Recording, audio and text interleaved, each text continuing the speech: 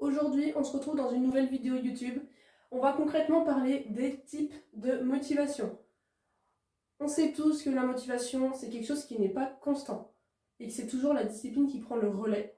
Mais on va quand même essayer de comprendre c'est quoi réellement les plusieurs types de motivation qui existent et on va aller chercher encore plus dans la profondeur. On va aller chercher des choses qui sont quand même assez complexes à comprendre, mais je vais tout expliquer dans cette vidéo YouTube, les détails de tout ça. Ça va te permettre quoi? De simplement comprendre dans quel état tu te retrouves et comment tu vas devoir faire pour être forcément beaucoup plus motivé. Ok, concrètement, qu'est-ce que c'est les types de motivation? Donc, nous avons les types de motivation qui sont juste en haut. En noir, nous avons la motivation. Ensuite, en rouge et bleu, nous avons la motivation extrinsèque. Et en vert, nous avons la motivation intrinsèque. Ensuite, je vous explique qu'il y a des styles de régulation. Ensuite, on va comprendre les causes du comportement et le niveau d'autonomie.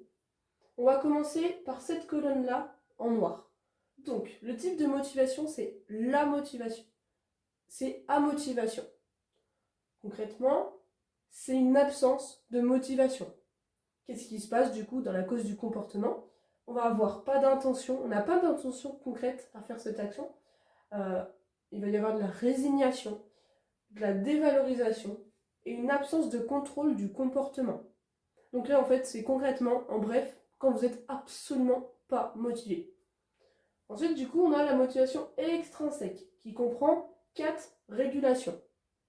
Donc la première, nous avons la régulation externe. Donc c'est faire face à des pressions externes, comme obtenir une récompense ou éviter une punition. Là, c'est justement une motivation qui est contrôlée ou contrainte. Dans ce type de motivation extrinsèque, nous avons aussi la régulation introjectée. Qu'est-ce que ça veut dire? C'est faire face à des pressions internes, éviter la culpabilité ou la honte, satisfaire des attentes sociales. Et donc c'est encore une fois une motivation contrôlée ou contrainte. Qu'est-ce que je vous explique là-dedans? Nous avons d'abord la motivation, donc c'est le moment où on n'est pas du tout motivé. Et ensuite, on a la motivation extrinsèque avec les régulations externes et introjectées, qui fait que c'est une motivation qui est contrôlée. C'est toi qui contrôles cette motivation par des contraintes en plus. Et donc, dans cette motivation extrinsèque, on va voir la régulation identifiée. Donc là, c'est le comportement a du sens. Il est valorisé par l'individu, il est relié à des buts importants. Je vous explique souvent qu'il faut avoir un pourquoi pour ces objectifs. Là, quand tu as envie de faire quelque chose, quand tu veux faire cette chose-là, c'est être motivé et c'est avoir du sens. C'est ok, là j'ai vraiment envie de le faire pour ça. Ça a du sens pour moi. Et justement, c'est relié du coup à des buts importants, donc à des objectifs importants. Ensuite, on va avoir la régulation intégrée.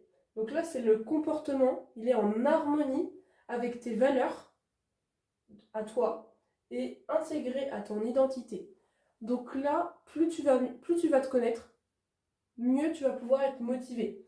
Parce que tu vas pouvoir faire des actions en conséquence de ton comportement, en conséquence de ce que toi tu aimes, en conséquence de tes valeurs, de ton identité.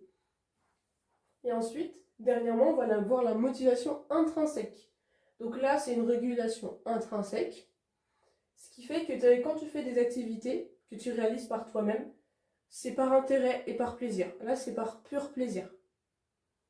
Donc, ce qui fait que pour cela, ce sont des motivations autonomes. Donc, c'est toi-même qui va contrôler, qui va pas forcément le contrôler du coup, mais qui va pouvoir le faire toi-même par ton autonomie.